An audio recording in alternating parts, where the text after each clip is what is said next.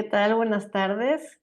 Soy Aldara Cabrera. Les doy la más cálida bienvenida a esta videoconferencia. Esta videoconferencia forma parte del ciclo de videoconferencias de la Escuela de Salud Pública de México. Y antes de iniciar con esta ponencia, les pediría por favor a las personas que están conectadas que me confirmen, que nos confirmen en el chat si están viendo y escuchando adecuadamente esta transmisión.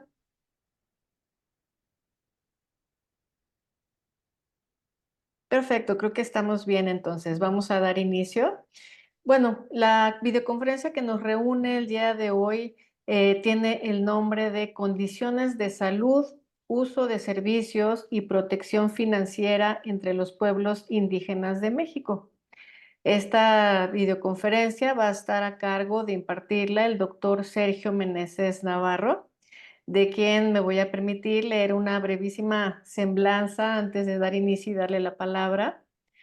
El doctor Meneses es originario de Cocula, Guerrero, México. Es médico cirujano por la Universidad Autónoma Metropolitana, plantel Xochimilco.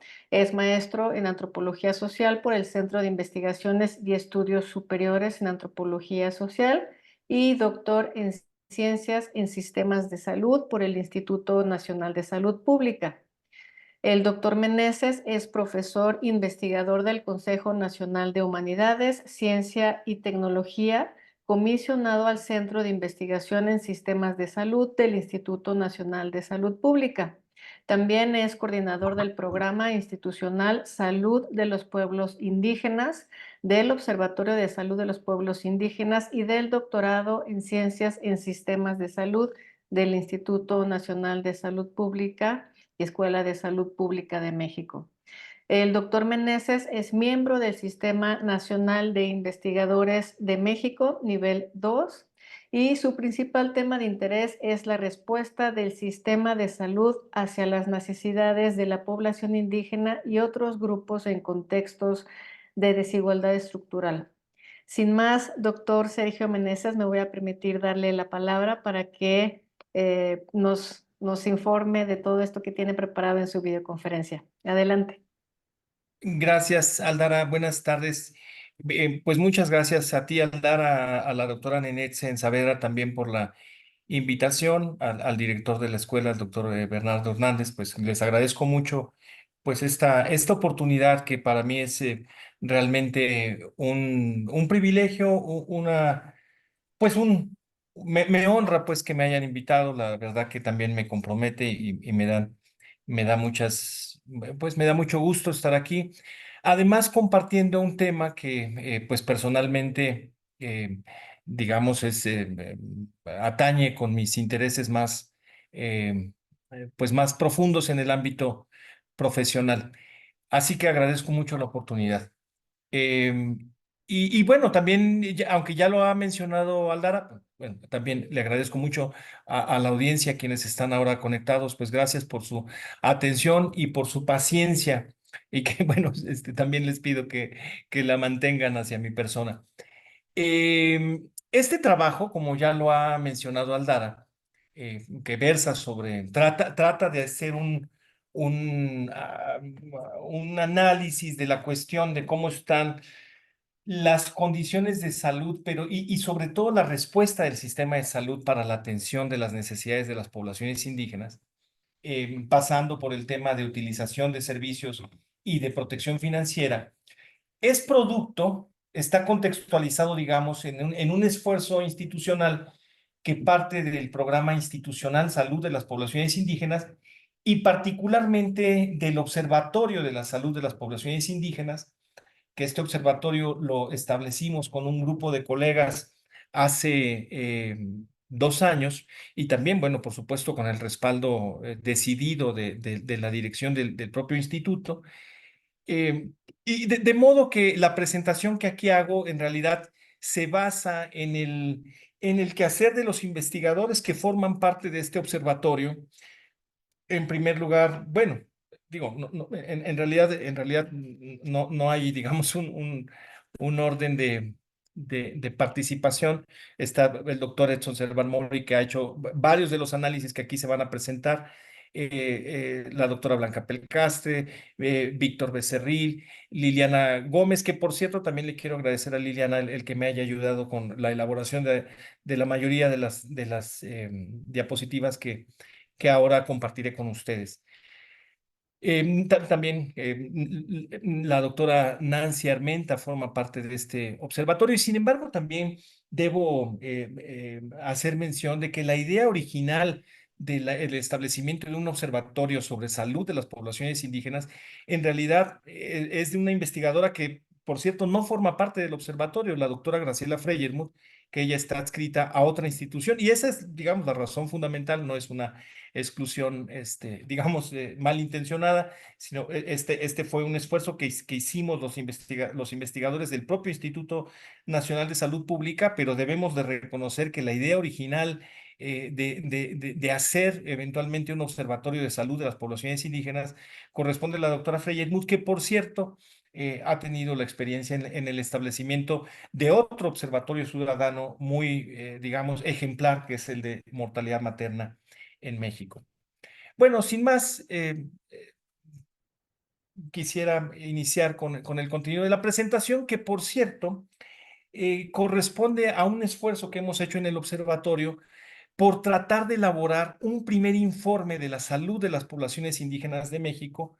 Es un informe que aún no está terminado, pero digamos hemos iniciado el proceso de elaboración y en esta presentación pues brindaré algún adelanto del contenido de este primer, de lo que pretendemos que sea el primer informe de salud de las poblaciones indígenas de México, que por cierto tiene una institución, pero tiene una intención pragmática, específica, digamos, en este momento de la discusión política y sobre todo de la política de salud dirigida a la atención de poblaciones indígenas en México, en el contexto, pues, de un cambio de gobierno y, bueno, donde se renuevan planes, programas, políticas. Y bueno, aspiramos nosotros a que quizá el análisis que hacemos desde este ámbito pueda resultar de alguna utilidad para eventualmente contribuir a que las políticas públicas pues puedan tener pues efectos más efectivos, digamos, en la reducción de las brechas y de las desigualdades y en superar los rezagos que como veremos a continuación, pues siguen caracterizando las condiciones de salud de las poblaciones indígenas. Entonces, esta es la aspiración, que nuestro quehacer pueda eventualmente tener una traducción práctica que contribuya a mejorar la respuesta del sistema de salud para la atención de las poblaciones indígenas. Bueno, de manera muy breve, quiero abordar estos tres puntos, rápidamente hablar de algunos antecedentes de esfuerzos por dar cuenta de la salud de las poblaciones indígenas de México, dar cuenta de su salud y además no solamente es un ejercicio, no solamente han sido ejercicios, digamos, que busquen documentar la situación, sino que también que pretenden contribuir a la solución, a la intervención en estrategias y políticas, programas de salud dirigidas a estas poblaciones que contribuyan a mejorar sus condiciones. Posteriormente, pues presentaré algunos análisis que hemos hecho desde el Observatorio de la Salud de las Poblaciones Indígenas y al final de cuentas algunas recomendaciones que creemos que derivan de estos análisis. Estos antecedentes se remontan a mediados del siglo XX, cuando el doctor Gonzalo Aguirre Beltrán elaboró este documento seminal importante, me parece, el libro Programas de Salud en la Situación Intercultural, que me parece que sienta un antecedente, bueno, fue un esfuerzo por comprender las condiciones de salud, pero también por identificar estrategias que permitieran responder mejor a las mismas. Y me parece que este es un documento seminal y que ha marcado o que marcó toda la historia del pensamiento indigenista del siglo XX, porque sentó una premisa que, bueno, digamos, documenta los rezagos, documenta sobre todo los rezagos, porque en realidad no mide las brechas que separan a la población indígena de la población no indígena, pero sí da cuenta de los graves rezagos que padecen las poblaciones indígenas. Y aunque reconoce que esto es herencia de la situación colonial, de la situación de dominio colonial, la solución que propone el doctor Gonzalo Aguirre Beltrán es una solución dirigida a la cultura de las poblaciones indígenas y fundamentalmente a la modificación de la cultura de las poblaciones indígenas, al cambio cultural a través de los procesos que él mismo llamó y además propuso una metodología para hacerlo, procesos de aculturación, procesos de cambio cultural que a muy grandes rasgos lo que pretendían es que la población indígena, digamos, más bien cambiara elementos culturales y adoptara los rasgos de lo que consideraba la cultura nacional, la cultura nacional.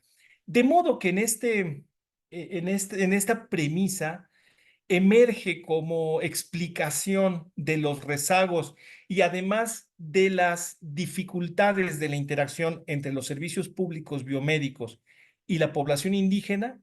Repito, la explicación que se da es a partir de la diferencia cultural. Básicamente que la cosmovisión indígena es incompatible, hay barreras de índole cultural que impiden o que dificultan este encuentro entre las necesidades de la población indígena y los servicios biomédicos. Entonces, esta obra seminal establece digamos, antecedente de premisa de explicación sobre la problemática en cuestión. Disculpen, apago brevemente la cámara, pero continúo con mi explicación.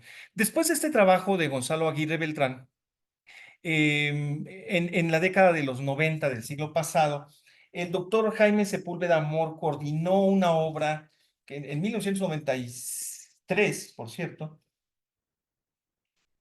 desde el propio Instituto Nacional de Salud Pública y en colaboración con el Instituto Nacional Indigenista, que es una obra que se llamó La salud de las poblaciones indígenas de México, y, y aunque reconoce, digamos, los determinantes sociales de la salud y trata de dar cuenta de las condiciones de salud y de la respuesta del sistema en la materia, eh, es una obra que, digamos, no cuestiona esta premisa culturalista que había asentado la obra de Aguirre Beltrán y que, repito, el problema se entendía fundamentalmente como un problema determinado por la diferencia cultural. Posteriormente, a principios del siglo XXI, en el 2002, el Instituto Nacional Indigenista trató de hacer bueno, no trató, hizo un análisis de indicadores de salud, indicadores socioeconómicos, pero con un fuerte componente de indicadores de salud.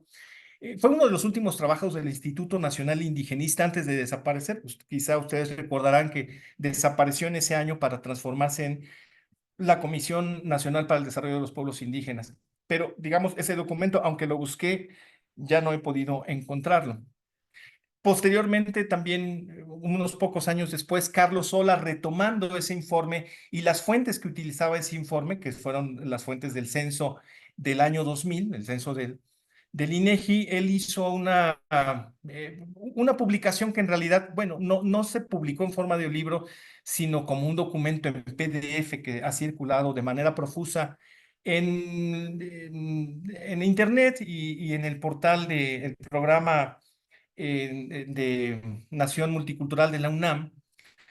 Y bueno, donde hace un recuento de las condiciones de salud de las poblaciones indígenas, pero también coloca un énfasis particular en el estado de la medicina indígena tradicional. Posteriormente, 10 años más tarde, nuevamente la doctora Graciela Freymuth hace un esfuerzo por tratar de caracterizar las condiciones de salud primero de las mujeres indígenas, lo hizo con una publicación editada en condición entre la Comisión Nacional de los Derechos Humanos y CIESAS, y posteriormente, como consecuencia de este primer, bueno, o de este trabajo este trabajo estaba dirigido a comprender la salud de las mujeres, pero posteriormente, digamos, extiende este esfuerzo hacia la salud de las poblaciones indígenas en general, que ha dado lugar a una publicación muy reciente, que por cierto, pues está estrenándose. Es una publicación de Ciesas que se llama Panorama de la Salud de los Pueblos Indígenas en los albores del siglo XXI. Es una publicación que tengo entendido estará disponible en breve en formato PDF, seguramente en los espacios electrónicos de Ciesas, pero sé que se puede conseguir en las librerías de esta casa de investigación y de estudios. Bueno, estos son solamente algunos antecedentes preocupados por dar cuenta de las condiciones de salud de las poblaciones indígenas, y es en este mismo, digamos, sentido, con esta misma preocupación, que se establece o que hemos establecido aquí en el Instituto este Observatorio de Salud de las Poblaciones Indígenas de México. Bien,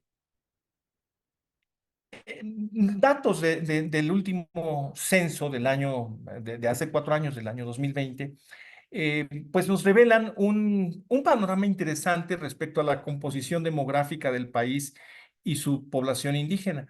Por ejemplo, casi el 20% de la población mexicana mayor de 3 años se autoadscribe como personas indígenas. Sin embargo, si usamos el criterio lingüístico, solamente el 6% de los mexicanos mayores de 3 años son hablantes de alguna lengua indígena. Entonces vemos pues esta, digamos, diferencia o esta discrepancia grande. Depende de qué criterio utilizamos, pero repito, si nos basamos en el criterio de autoadscripción, pues 2 de cada 10 mexicanos son o se autoescriben como indígenas. Los datos de medición de la pobreza de Coneval, los últimos disponibles, porque aunque traté de rastrear si teníamos información más reciente, lamentablemente el último informe que está publicado en la página de internet de Coneval es el que corresponde a la medición de la pobreza. Me refiero que desglose la medición de la pobreza según la pertenencia étnica, es el del 2018, y aquí está la información. Esperemos que no sea el último, esperemos que este organismo, el Coneval, pues siga teniendo vida y que no desaparezca, porque pues es un organismo que nos permite tener información, pues que nos ayuda para el análisis de la condición, particularmente de la pobreza, pero también de otras carencias sociales como las carencias de salud. Pero decía, bueno, según estas cifras de ya hace casi 6 años, el 70% prácticamente de la población indígena estaba en condiciones de pobreza y casi el 28% en condiciones de pobreza extrema. Allí podemos comparar la magnitud de la brecha respecto a la población no indígena. Eh, bueno, vemos en el 2018 casi el 28% de la población indígena estaba en pobreza extrema versus el 5.3% de la población indígena. Cabe hacer la acotación aquí que en las últimas evaluaciones de la medición de la pobreza, pues la pobreza en general disminuyó, no así la pobreza extrema, que no logró disminuir, pero la pobreza en general disminuyó de manera muy significativa. Sin embargo, yo no logré obtener el dato desglosado por condición étnica. Pero si vemos los indicadores de carencia social que utiliza el propio Coneval, pues bueno, podemos observar que en todos hay dos tendencias. Una mejoría entre 2008 y 2012 en términos de, bueno, la disminución de las carencias sociales, pero también una brecha sistemática entre la población indígena y la población no indígena. Aquí abajo podemos observar la barra que corresponde a la población no indígena por cada una de las carencias, y en la parte superior los porcentajes para la población indígena. Bueno, tenemos en negritas o en letras resaltadas el total en millones de habitantes, pero entre paréntesis el porcentaje, que es la cifra que nos ayuda a comparar mejor. Y en todos los indicadores, la población indígena se encuentra en condiciones, digamos, de mayor rezago respecto a la población indígena, excepto en un indicador, y es el indicador del acceso a los servicios de salud, donde pasamos del año 2008 al 2018 en una década de una carencia de acceso de prácticamente el 50% a 15,4%. O sea, hubo una disminución realmente muy importante en la carencia de acceso. No, no digamos, llegamos a cero, pero se avanzó en una década de manera clara en disminuir esta carencia de acceso. De hecho, es el único indicador en que la carencia de las poblaciones indígenas es menor que respecto a las poblaciones indígenas, porque aquí vemos que el 16,3% de la población no indígena tenía esta carencia versus el 15,4% de la población indígena en el 2018. Es decir, se logró abatir esta carencia de mejor manera para la población indígena. Y esto tiene una explicación. Esto es producto de una política pública que se desapareció, el Seguro Popular de Salud, y seguramente también por efecto del programa Oportunidades, que tenían digamos que tenían acciones explícitas para priorizar la cobertura de las poblaciones indígenas.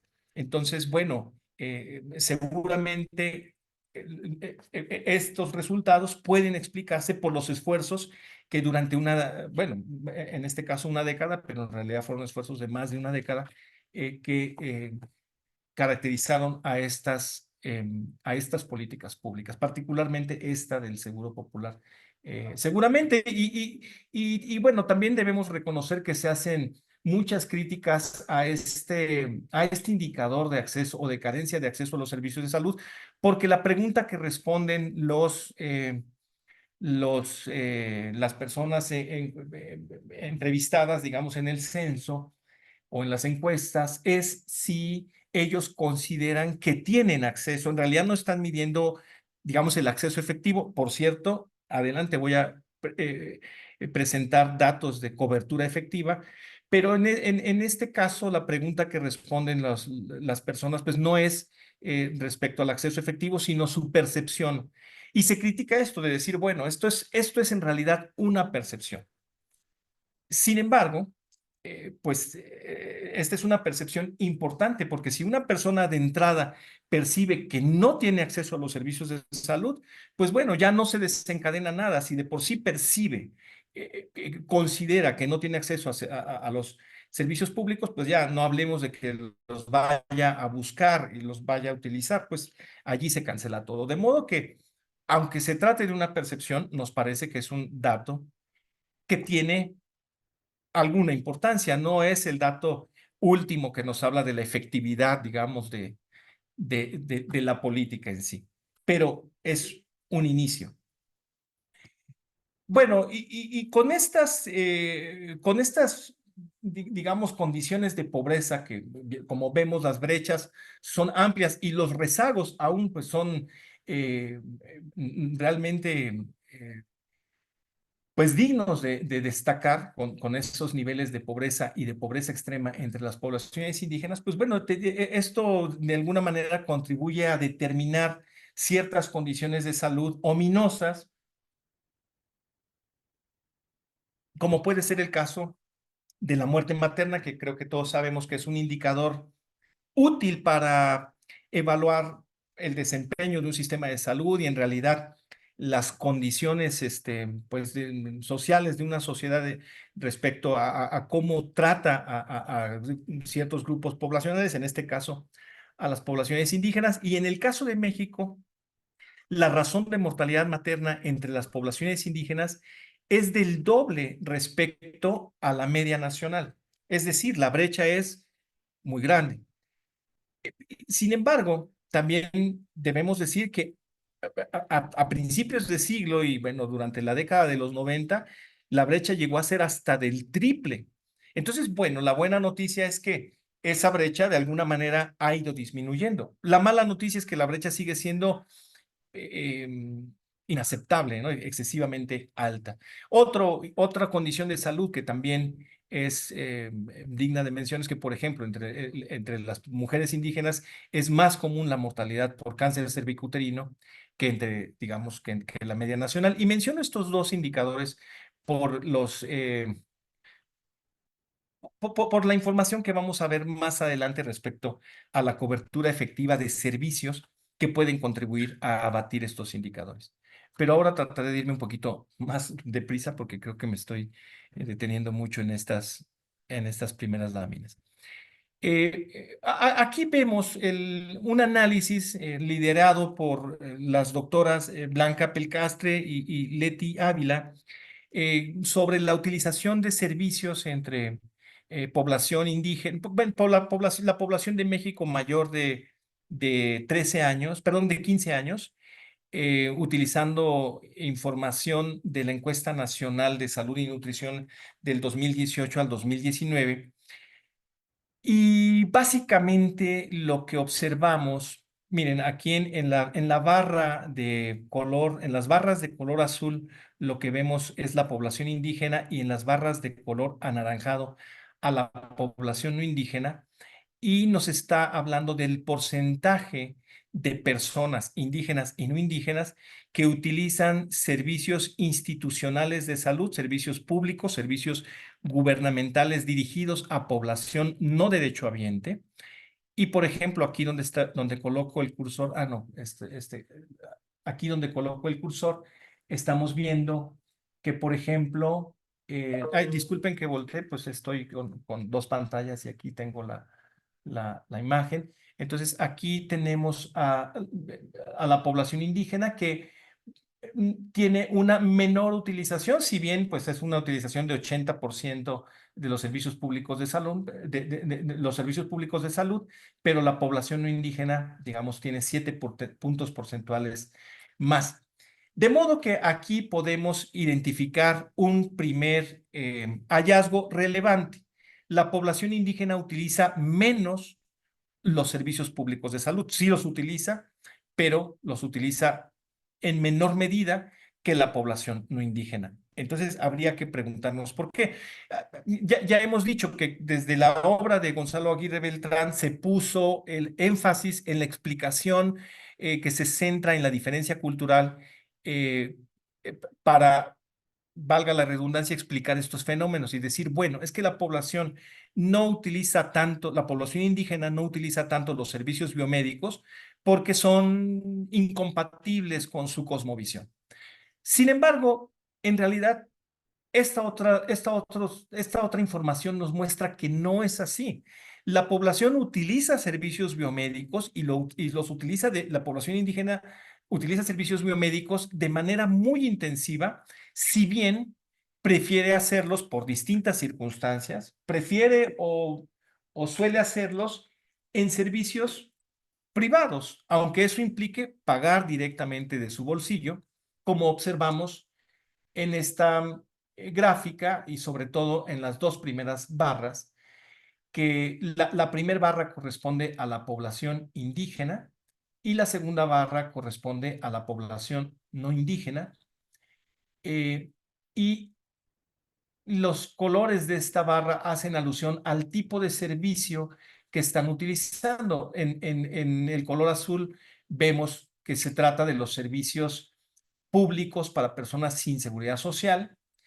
En la barra, perdón, en el pedacito anaranjado se refiere a los consultorios adyacentes a farmacias, que son consultorios privados, y en el color como cafecito se refiere a otros consultorios médicos privados, no necesariamente adyacentes a farmacias. De modo que vemos que tanto la población indígena como la población no indígena hacen uso preponderantemente de este tipo de servicios para condiciones de salud, digamos, de atención ambulatoria, de lo que conocemos como el primer nivel, y en menor medida hacen, bueno, hacen un uso marginal de los servicios públicos de salud que en teoría pues son los que deberían de emplear de manera preponderante, dadas pues también sus condiciones socioeconómicas pues de limitación en la materia. De modo que estos resultados pues nos permiten quizá echar por tierra el argumento que parece más bien prejuicio de que la población indígena y que la cosmovisión indígena es contraria a la racionalidad biomédica. O sea, la población indígena sí busca y sí utiliza los servicios de salud biomédicos, pero por algunas razones que yo creo que sigue siendo un pendiente explorar con mayor detalle, pues prefieren hacerlo en los servicios privados, aunque eso implique erogar dinero de su bolsillo y más adelante en esta presentación veremos cómo ha evolucionado también el gasto de bolsillo de las poblaciones indígenas y de las poblaciones en general, y particularmente el gasto que resulta catastrófico.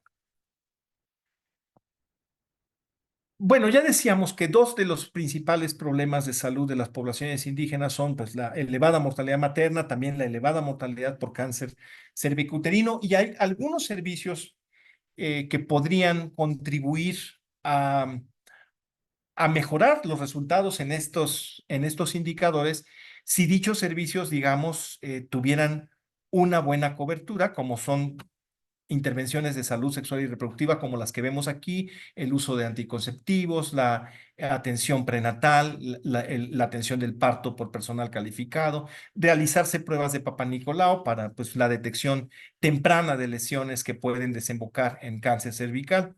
En fin, la realización de mamografías también para la detección de lesiones de mama. Sin embargo, en esta gráfica que es producto de un análisis hecho por Nancy Armenta, colaboradora nuestra del observatorio, si bien ella es investigadora actualmente en la Universidad de Alcalá en España, pero Nancy estudió la cobertura de estas intervenciones en distintas categorías de municipios de todo el país. Entonces, ella categorizó los municipios con más de 40% de población indígena, a los cuales podríamos llamar municipios predominantemente indígenas, y los municipios con menos de 10% de población indígena, que son los que aquí se ven en la barra de color amarillo. Los municipios predominantemente indígenas son los que se ven en la barra más oscura de color gris, y la barra azul que está en medio corresponde a los municipios que van de los 10 a 39% de población indígena.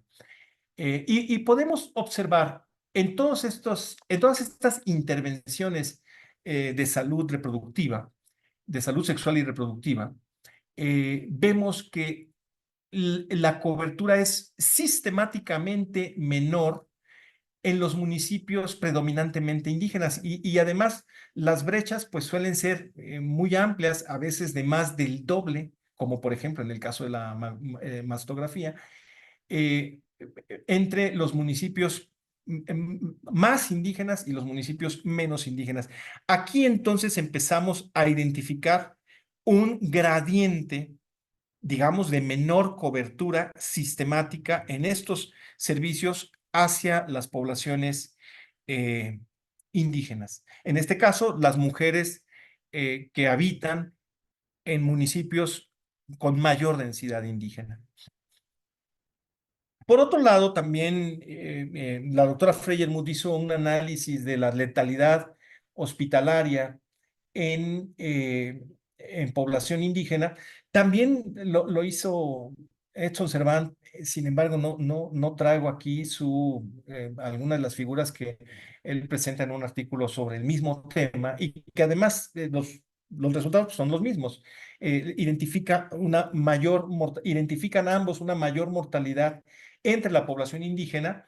Aquí en la barra de color gris se refiere a las personas residentes de municipios también con 40% o más de población indígena. Es aquí a lo que nos referimos en esta gráfica como indígenas geográficos eh, que se atendieron en instituciones de la seguridad social, bueno, tuvieron más letalidad hospitalaria por COVID. También quienes se atendieron en instituciones eh, dirigidas a la llamada población abierta. Este es un mote de suyo discriminatorio, pero pues es un mote que se sigue empleando. También hubo mayor letalidad y lo mismo en el sector privado. De modo que entonces empezamos a notar un gradiente de menor cobertura de servicios de salud hacia las poblaciones indígenas, ahora mayor mortalidad hospitalaria. También aquí vemos, y disculpen que ahora voy a irme un poquito más rápido porque quiero llegar a un análisis que creo que va a ser interesante que verán adelante, pero aquí vemos la cobertura de pruebas de VIH entre mujeres embarazadas en dos momentos. En el primer momento es el año 2012, el segundo momento el 2018, y este es, bueno, en esta barra de color azul es la población no indígena para el año 2012.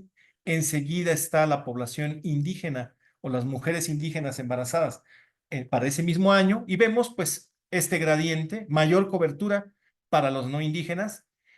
Lo mismo ocurre al siguiente año, si bien aumentaron las coberturas para ambos grupos de población.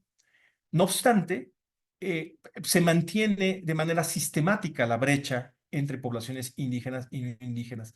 Algo que también quisiera destacar de esta gráfica es el efecto positivo de contar con seguro popular versus no contar con él. Pues las mujeres embarazadas que tenían seguro popular tuvieron una mayor cobertura de esta prueba que las mujeres que no lo tenían, y lo mismo ocurrió con quienes tenían cobertura por el programa que se llamó sucesivamente Progresa, Oportunidades Prospera, también desaparecido en diciembre del 2018. Pero solo con esta gráfica quiero enfatizar la persistencia sistemática de estas brechas entre poblaciones indígenas y no indígenas.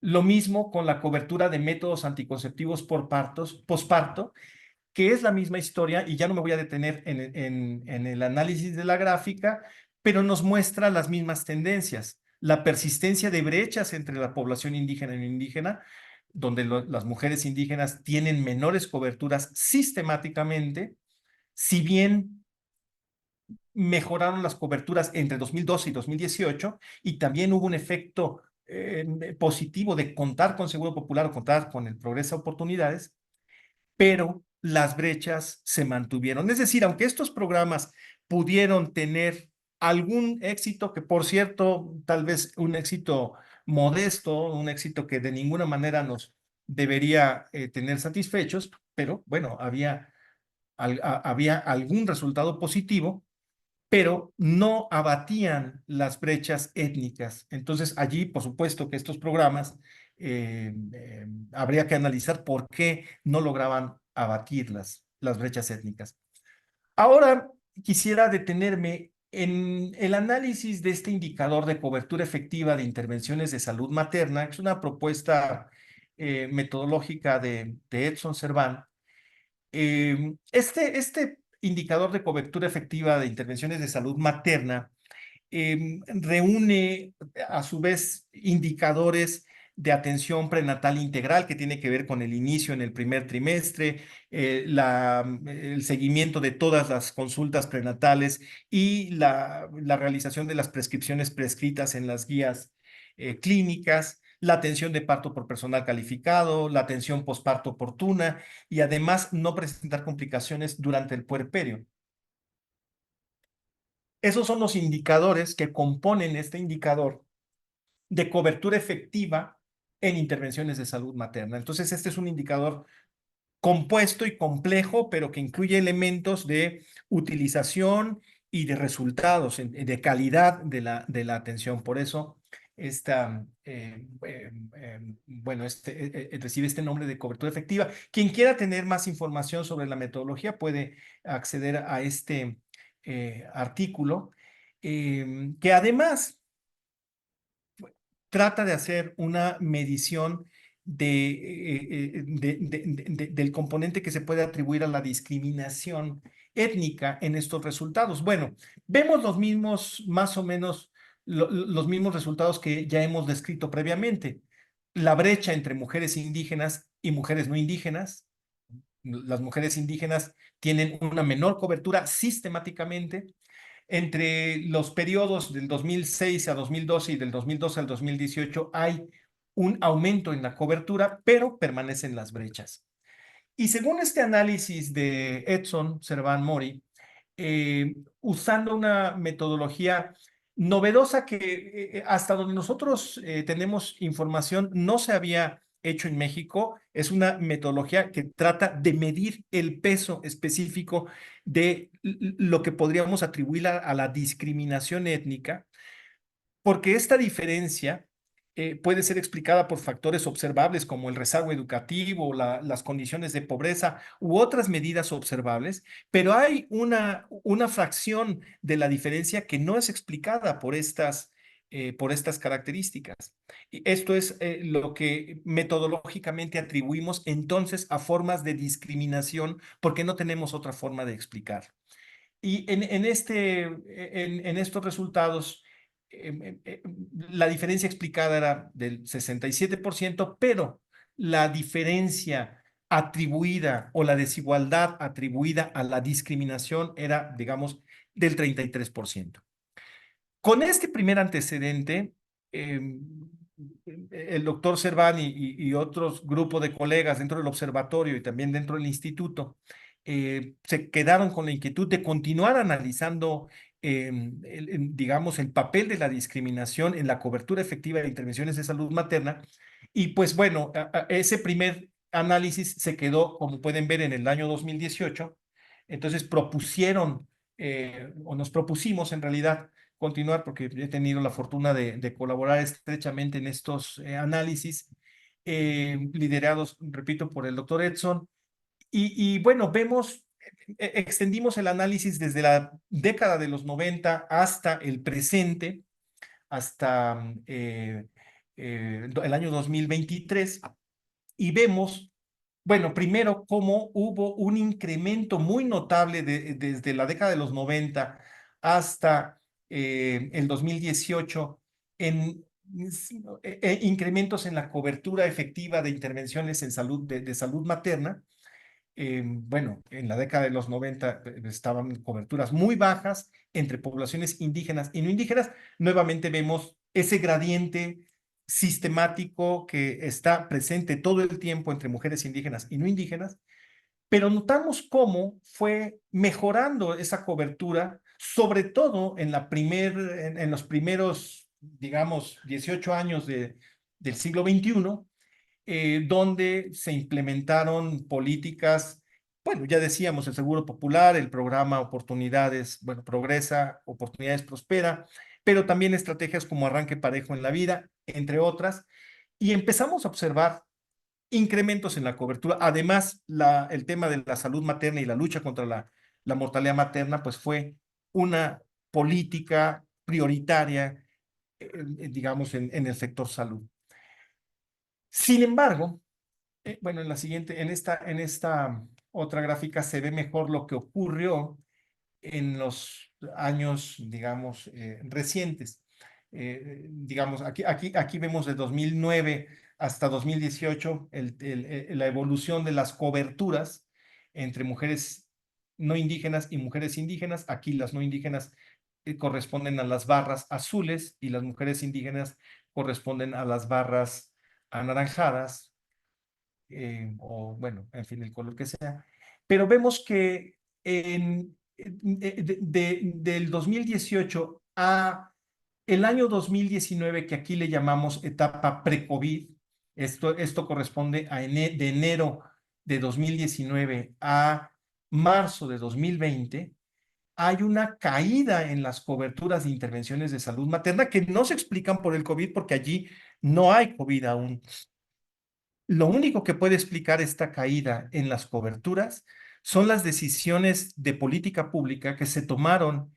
Bueno, dije lo único, quizás no es lo único, pero lo más evidente decía decisiones de política pública y fundamentalmente nosotros identificamos dos.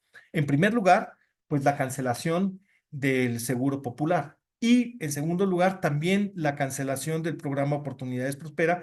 No es que, digamos, me parezca a mí personalmente que estos eran programas eh, eh, m- maravillosos, de ninguna manera creo que lo eran, pero su cancelación, pues repercutió, me parece, y aquí lo vemos, en disminución en las coberturas que se habían logrado, quizá con muchos esfuerzos, a duras penas, todavía coberturas que eran insatisfactorias para nosotros, todavía había mucho que hacer, pero el cancelar esos programas parece que repercutió en la disminución de las coberturas. Y por supuesto, con la emergencia del COVID, las coberturas siguieron bajando, como vemos a continuación, aunque en la etapa post-COVID se ha experimentado alguna recuperación, pero que todavía no alcanza el periodo previo, digamos, las coberturas que teníamos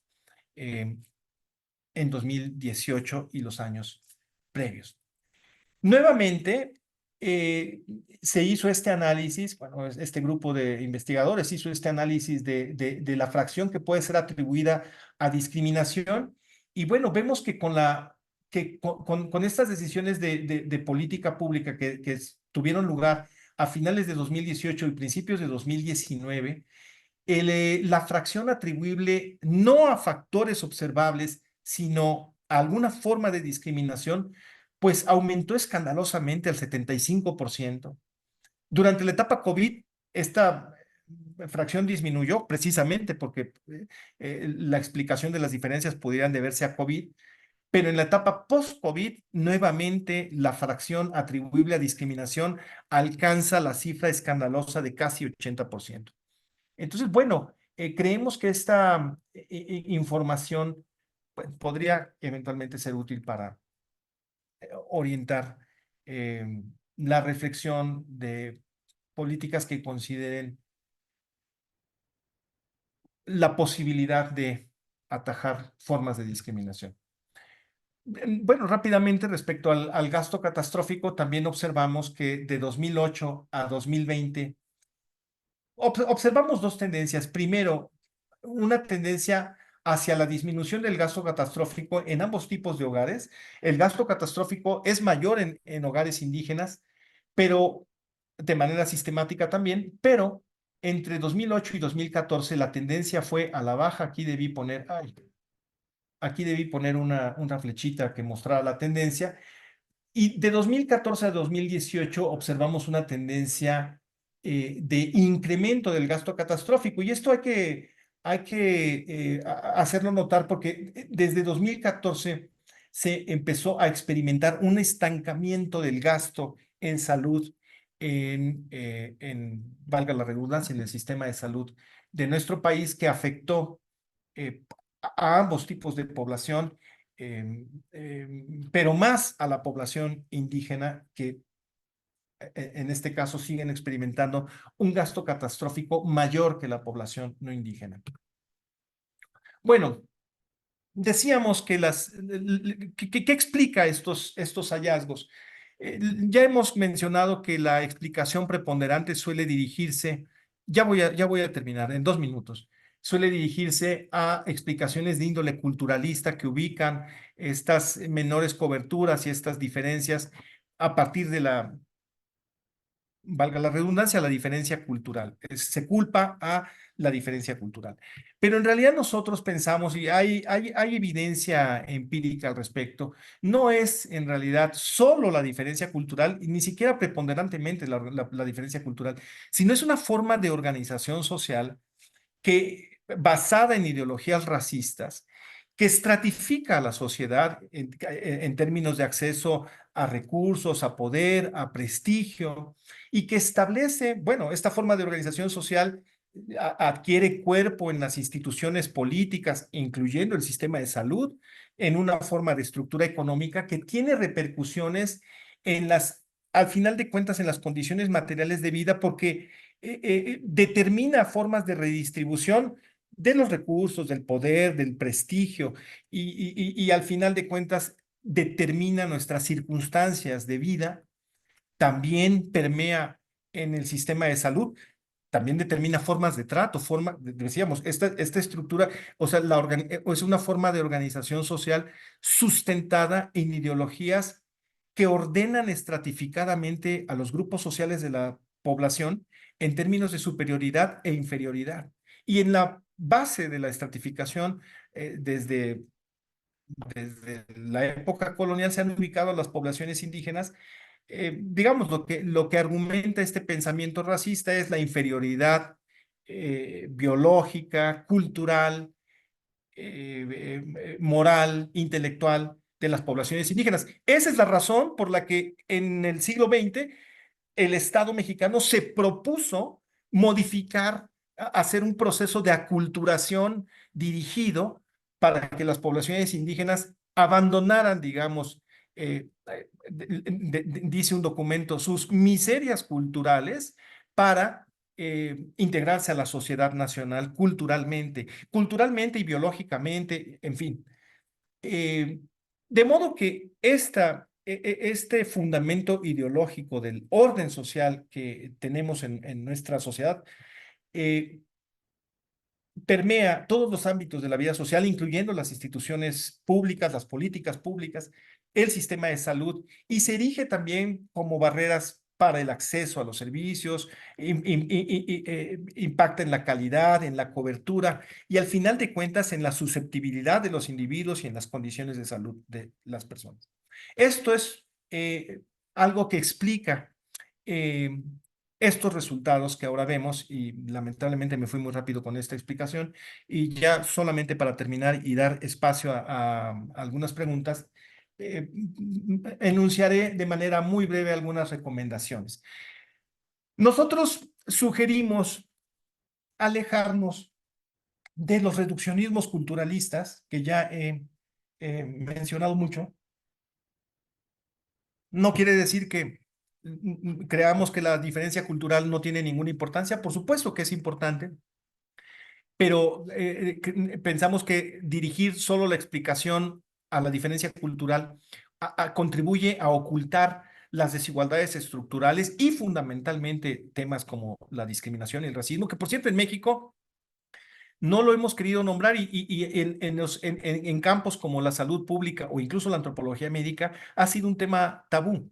Si bien un importante antropólogo de nuestro país, Eduardo Menéndez, desde finales de la década de los 70, en su obra Estratificación y Salud, habla de la importancia de la estratificación social y sus efectos en la salud y hace algunas sugerencias a la necesidad de estudiar el racismo, no lo hace y hasta muy recientemente sigue señalando ese pendiente de la antropología médica. En realidad, bueno, nos hemos mantenido con explicaciones fundamentalmente culturalistas, pero no hemos afrontado las estructuras de desigualdad sustentadas en ideologías discriminatorias y particularmente racistas. Entonces, creemos que debemos de evitar estos reduccionismos y tener una visión más comprensiva. De modo que también en los servicios públicos de salud hay que implantar acciones en todo el sistema de salud, acciones antirracistas. En realidad, este es un tema que tendría que ir más allá del sistema de salud, pero en lo que a nosotros compete, pues esta es una recomendación dirigida al sector del sistema de salud. También plantear medidas técnicas específicas que garanticen un trato digno, empezando por la no discriminación y de allí en adelante ser exhaustivos con las medidas que debemos de tomar en cada una de las dimensiones del trato digno, en la comunicación, en el trato respetuoso, en la capacidad de elección, en el fomento de la autonomía de las personas usuarias de los servicios, en fin, de modo que ahí también hay un trabajo profundo que se puede hacer que lamentablemente aquí no da tiempo de exponer con todo detalle cada una de estas medidas. Bueno, hay que nuevamente establecer, en nuestro país se eliminó la arquitectura financiera explícita que pretendía brindar protección financiera a cada individuo y a cada hogar, cada individuo mexicano, cada ciudadano. Bueno, tenemos nuevamente que establecer este mecanismo también con una, con una, digamos, con un rasgo antirracista. También debemos de iniciar por los grupos sociales que históricamente han sido discriminados. Es necesario confrontar la desconfianza que tienen las poblaciones indígenas en los servicios públicos de salud. Tampoco me detendré en este punto, sin embargo, es un punto en el que podríamos decir muchas cosas más al respecto. Y finalmente, continuar con los esfuerzos que den cuenta de las condiciones de salud de las poblaciones y de las brechas de las poblaciones indígenas y de las brechas que tienen con la población no indígena, seguir haciendo un monitoreo continuo que, bueno, esa es la tarea que se ha planteado por lo pronto el Observatorio de la Salud de las Poblaciones Indígenas. Pues muchas gracias por su atención y por su paciencia, y Aldara, disculpa que me extendí tanto, te regreso el micrófono.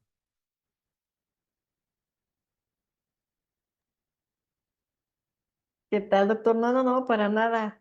Hemos estado muy atentas y atentos escuchándole. Y bueno, tenemos muchas preguntas y comentarios aquí en el chat de la videoconferencia. Antes de pasar a ellas, la verdad es que sí me gustaría expresarle que, bueno, pues fue una exposición súper interesante y estoy segura de que dará mucho valor para quienes la pudimos escuchar y ver, para entender mejor, por un lado, las necesidades y por el otro, los desafíos que enfrentan actualmente y a lo largo de la historia los pueblos indígenas de México, específicamente en lo relacionado con el acceso a la salud.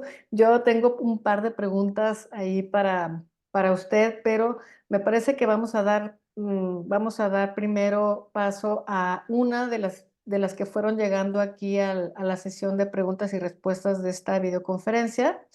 La primera que llegó es una pregunta de Libertad Pérez Manso.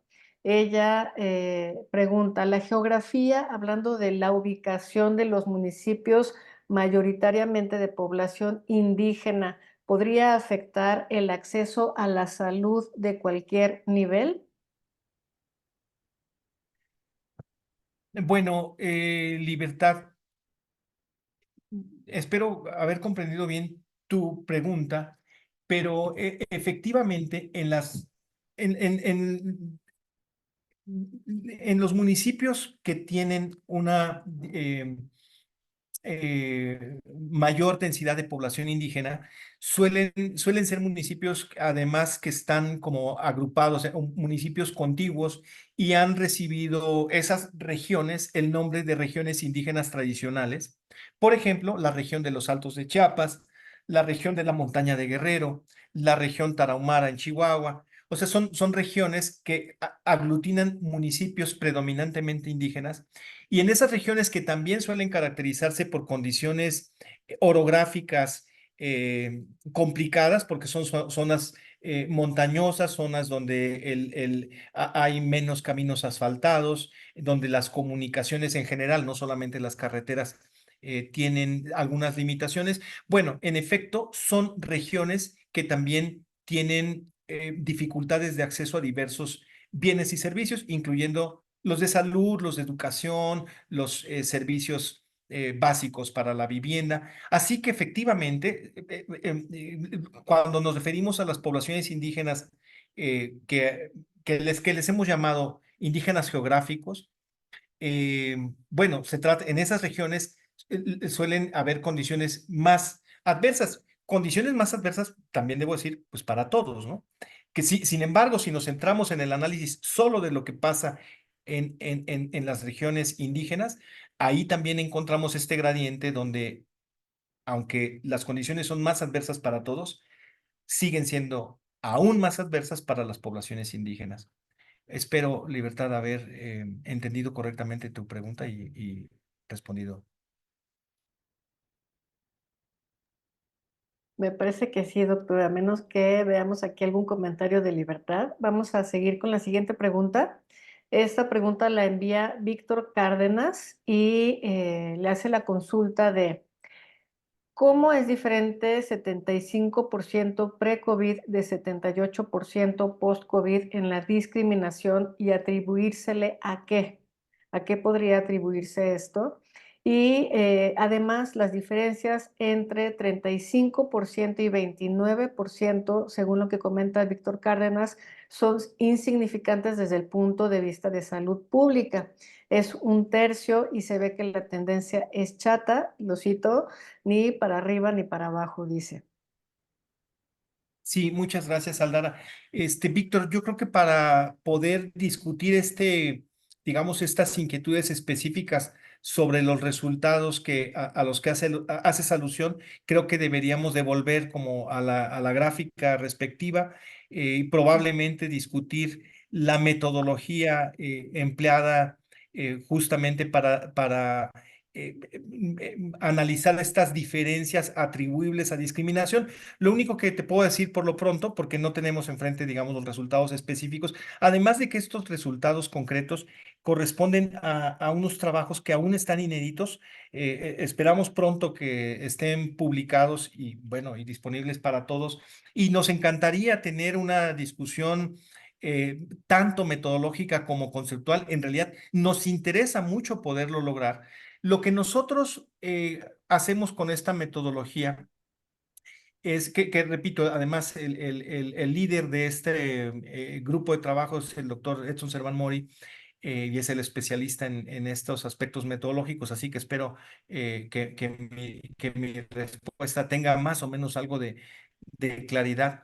Pero lo que hacemos con esta metodología es tratar de dilucidar qué aspecto, qué porcentaje de la diferencia puede ser atribuible a aspectos observables, como por ejemplo el rezago educativo, las condiciones, otras carencias sociales, en fin, otras características observables, y qué fracción de la diferencia no es explicable por los factores observables, y como no es explicable por los factores observables, nosotros inferimos y le llamamos, bueno, esta fracción nosotros pensamos que es atribuible a discriminación. Por supuesto que alguien más podría decir, no, estás olvidando otro factor que en este momento no sabemos cuál sería, y por eso es que nosotros decimos, bueno, dado que esta fracción es la que no explicamos con los factores que observamos, la atribuimos a la discriminación, un factor que no observamos pero que sabemos que está presente. La verdad es que nos interesaría mucho tener esta discusión crítica e incluso polémica respecto a los resultados que hemos presentado, pero que próximamente estarán también publicados. Muchas gracias, doctor. Continuamos con preguntas que siguen llegando aquí en el chat.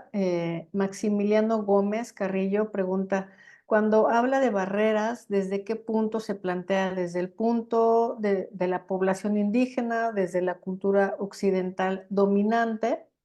¿Y qué tanto ha influido la cultura occidental dominante en que la población indígena no se autodescriba como indígena? ¿Hay estudios que se hayan realizado para determinar o visibilizar estas barreras? Bueno, las barreras son, digamos, obstáculos que experimenta la población. Generalmente, o típicamente, desde la salud pública, hablamos de cuatro tipos de barreras, pero repito, que son barreras que experimenta la persona o los grupos sociales que pretenden ser usuarios. Por ejemplo, barreras geográficas. Entonces, estas las medimos en términos de distancia, de longitud, o en términos también de tiempo para llegar a algún lugar. Pero también las barreras geográficas pueden estar relacionadas con las condiciones orográficas, con la disponibilidad de transporte, por ejemplo.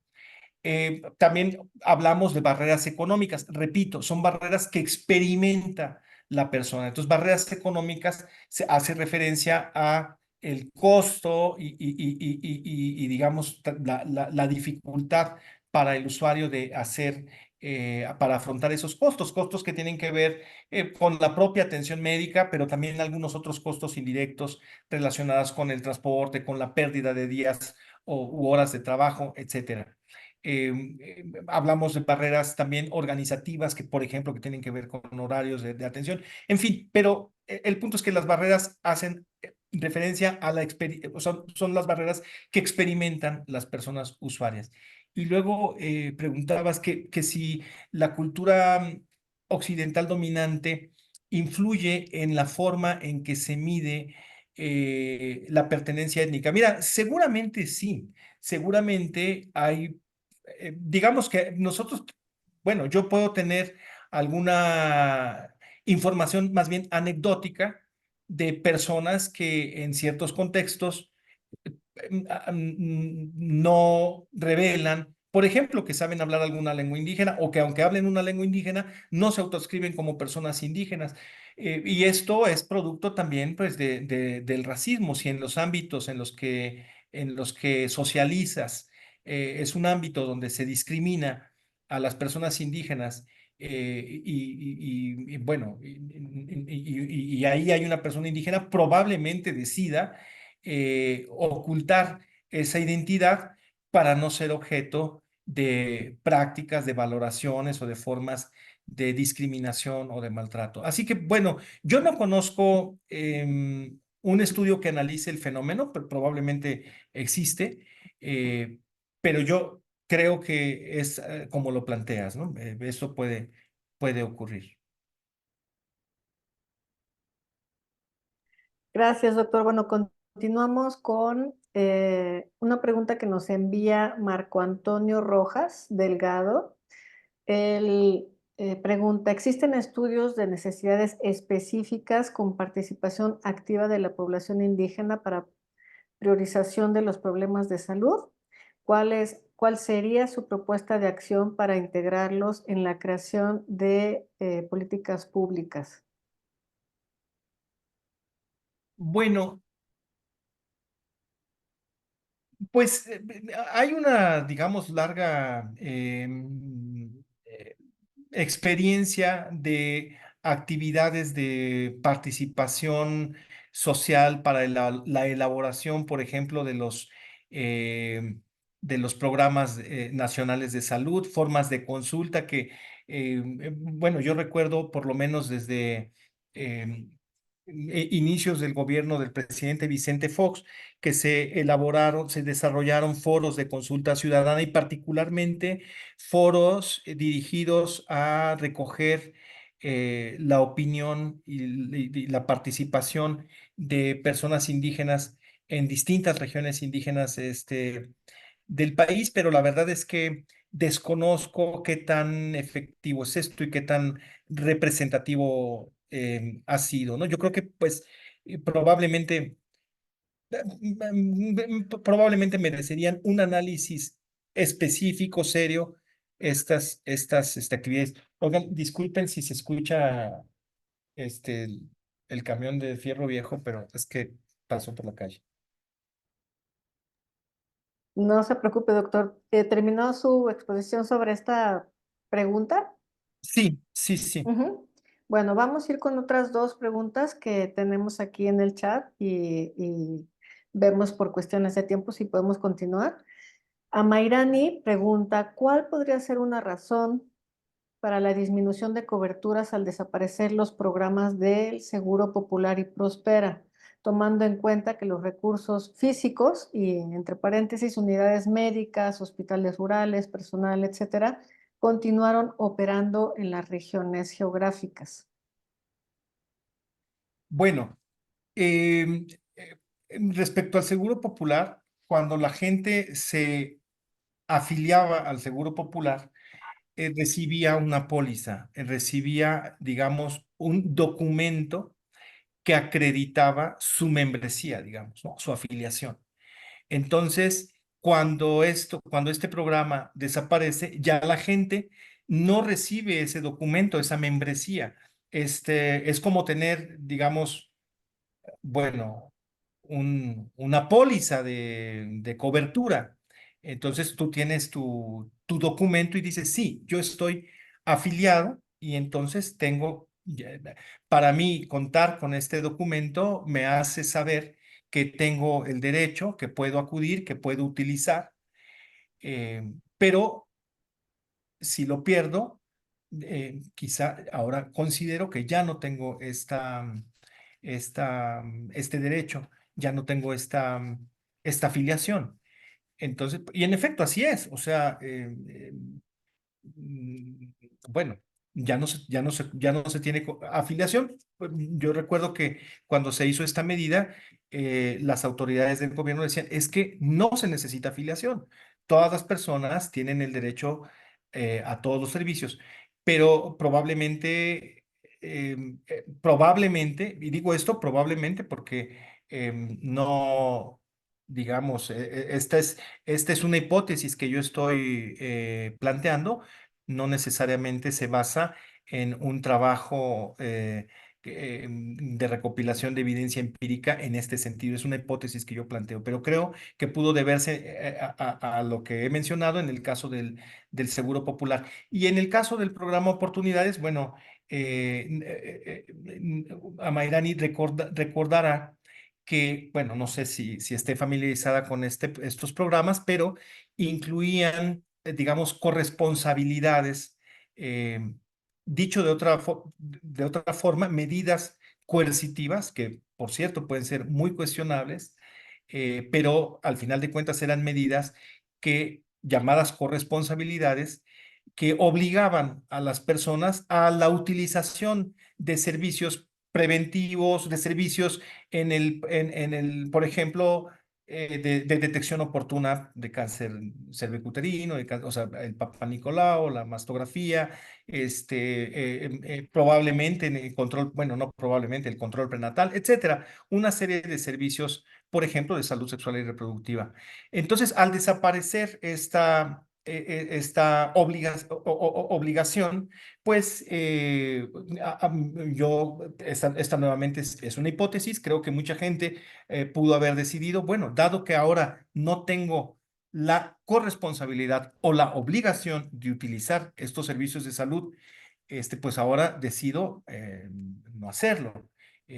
Además, porque a lo mejor los servicios tampoco es que se brinden de muy buena manera. A lo mejor el trato que allí recibo, pues es un trato que no me gusta. Así que pues prefiero no acudir a los mismos. Yo creo que tanto para el Seguro Popular como para el programa Oportunidades, estas pueden ser razones que explican la disminución en las coberturas.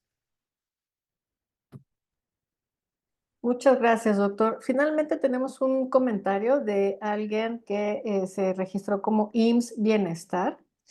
Lo felicitan por su ponencia y nos piden solicitarle si puede comentar algo más sobre sus recomendaciones finales específicamente para evitar los reduccionismos culturalistas.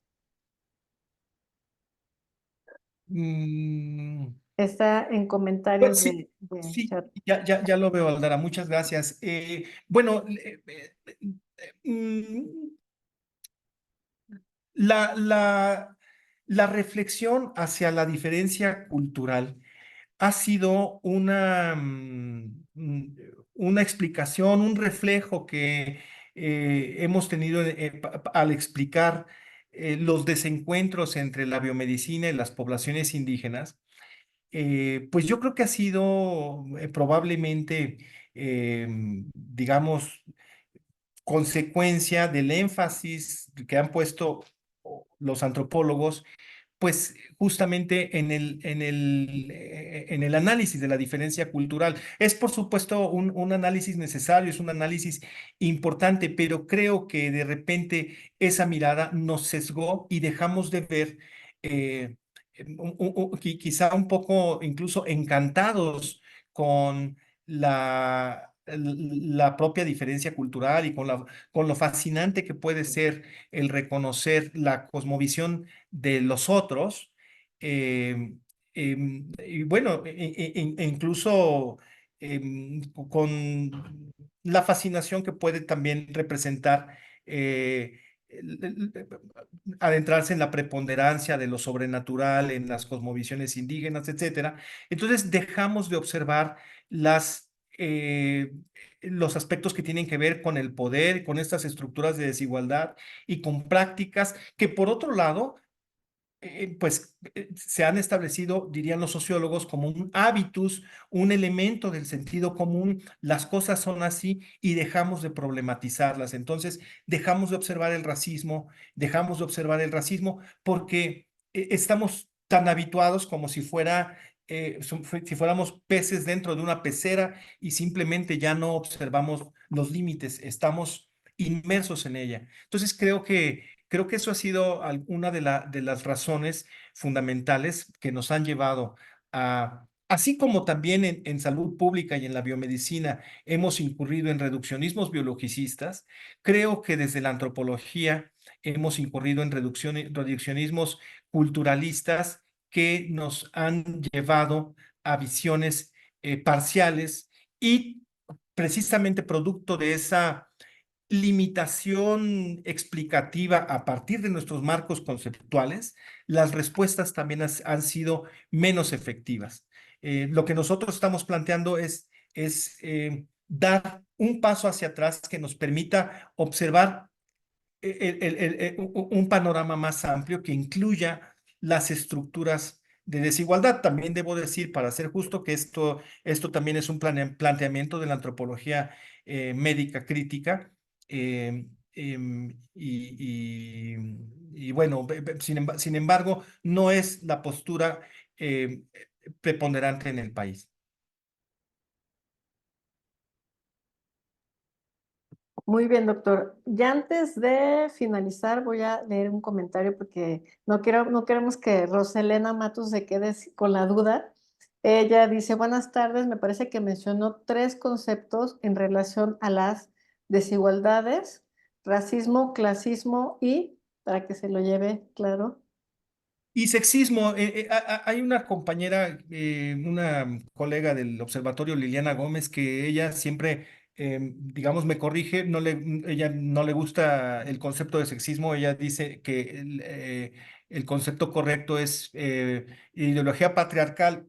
Creo que está en lo cierto, pero nada más siguiendo con los ismos, racismo, clasismo y sexismo, creo que es una fórmula más fácil de recordarlo. Muchas gracias, doctor. Pues me estoy casi segura de que quienes siguieron esta videoconferencia estarán de acuerdo conmigo en que nos compartió información muy importante, muy interesante para seguir avanzando en la construcción de políticas públicas más inclusivas, más equitativas, que pongan en el centro a la persona y bueno, pues así continuar contribuyendo al logro de resultados que, como bien decía usted, sean más efectivos en la reducción de las brechas y las desigualdades que suelen caracterizar a las condiciones de salud de los pueblos indígenas. Muchísimas gracias. Gracias a ti, Aldara. Bueno, me parece que vamos a continuar con la emisión de su constancia. Esa se la van a hacer llegar a usted. Muchísimas gracias. Y no me resta más que invitarles a que nos acompañen en este ciclo de videoconferencias de la Escuela de Salud Pública de México. Nuestro siguiente tema va a estar impartido por la doctora Leonor Rivera Rivera y ella va a exponer un tema fundamental para construir un presente y un futuro más saludable y más justo, cómo prevenir el abuso sexual infantil. Entonces, bueno, es a la misma hora, a las 12 del día, el 10 de septiembre. Les esperamos en esta videoconferencia, en esta próxima. Y hasta siempre. Muchas gracias por su participación y su asistencia.